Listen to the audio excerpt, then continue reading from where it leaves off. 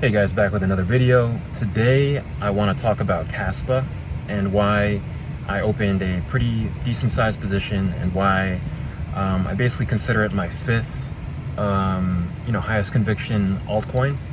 So let's just get right into it. So the thing that's special about Kaspa, I mean obviously there's a few things. I'm still diving into it a little bit, but I'd say the first thing is that it was a fair launch and that it's basically trying to compete with Bitcoin. Not necessarily compete with Bitcoin, but compete with Bitcoin's use cases. Its primary function is as a money. Unlike most of these cryptos that are, their primary function is a smart contract platform. Kaspa is going to be that. Currently it doesn't have any smart contracts, but it's starting out with the fundamentals, which is being a sound, hard money. Now it has a halving every year instead of every 4 years like Bitcoin. Obviously it is much more scalable. They're claiming that they solved the trilemma. And, there's a lot of projects that claim that.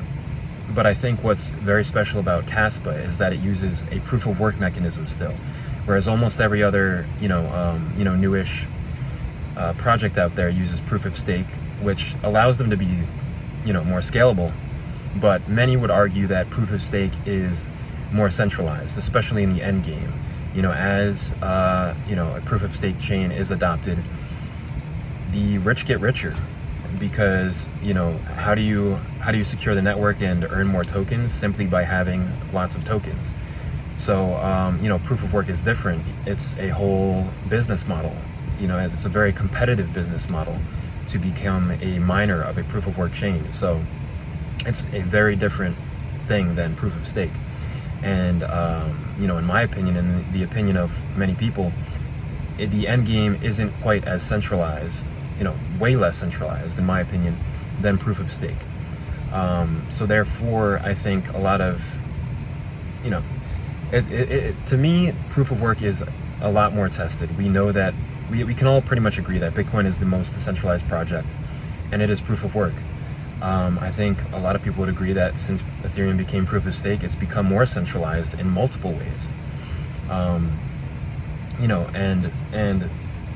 as ETFs come out for these projects, it doesn't really affect proof of work centralization, but it does affect proof of stake centralization when these large entities hold huge amounts of the token, which also acts as governance and secures the network. So that's the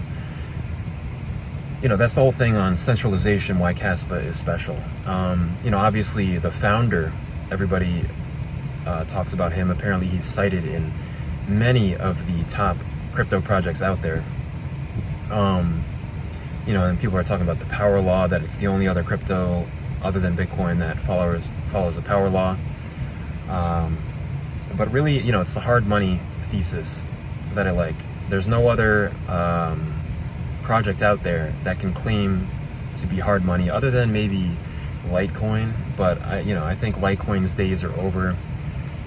It's just barely any different than Bitcoin. Whereas Kaspa obviously, claims that it solved the trilemma, and if it did, while maintaining decentralization, then that is a really huge deal.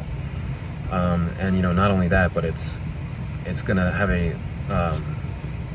higher stock to flow ratio than Bitcoin, in the near future.